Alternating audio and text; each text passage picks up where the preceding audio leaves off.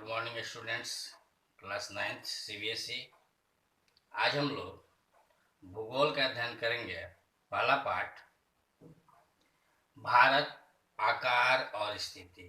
भारत का क्या आकार है, क्या स्थिति है इसकी, इसके बारे में हम लोग अध्ययन करेंगे। तो हम आते हैं डिबेट पर। भारत उत्तरी गोलार्ध में स्थित है।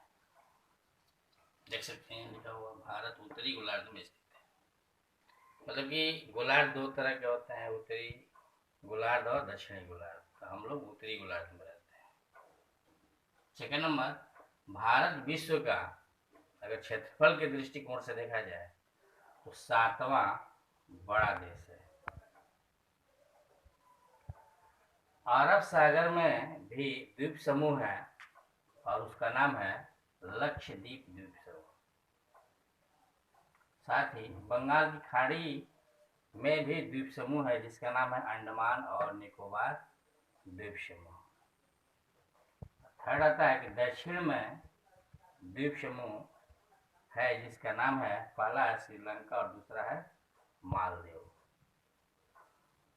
क्षेत्रफल के अगर दृष्टिकोण से देखा जाए तो 7 जो बड़े देश हैं उसमें कौन पहले आता है? तो पहले रूस आता है, सेकंड में कनाडा आता है, थर्ड में चीन आता है, फोर्थ में यूएसए मतलब कि संयुक्त राष्ट्र अमेरिका आता है, 5 में ब्राजील आता है, 6 में ऑस्ट्रेलिया और 7 में हमारा भारत देश आता है।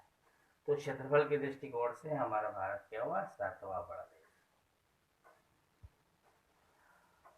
कुछ हमारे देश के अगल बगल में पड़ोसी देश हैं, इसका भी अध्ययन करना जरूरी है कि हमारे देश के पड़ोसी देश कौन कौन से हैं। तो उत्तर पश्चिमी पड़ोसी देश में आएगा पाकिस्तान और अफगानिस्तान। ये उत्तर और पश्चिमी दिशा में स्थित है, हमारे पड़ोसी देश है। उत्तर पश्चिमी पड़ोसी देश में आएगा पाकिस्तान और अफगानिस्तान। ये हमारे सीमा के सटे हुए दो देश हैं, हमारे पड़ोसी देश हैं। उत्तरी पड़ोसी देश हमारे इंडिया के उत्तर में, नॉर्थ में कौन कौन से पड़ोसी देश हैं?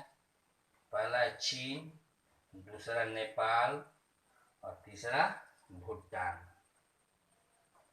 उत्तर पूर्वी पड़ोसी देश, उत्तर और पूरब की दिशा में भी हमारे पड़ोसी देश हैं, हमारे सीमा से सटे हुए हैं। पहला आता है म्यांमार और दूसरा आता है बांग्लादेश।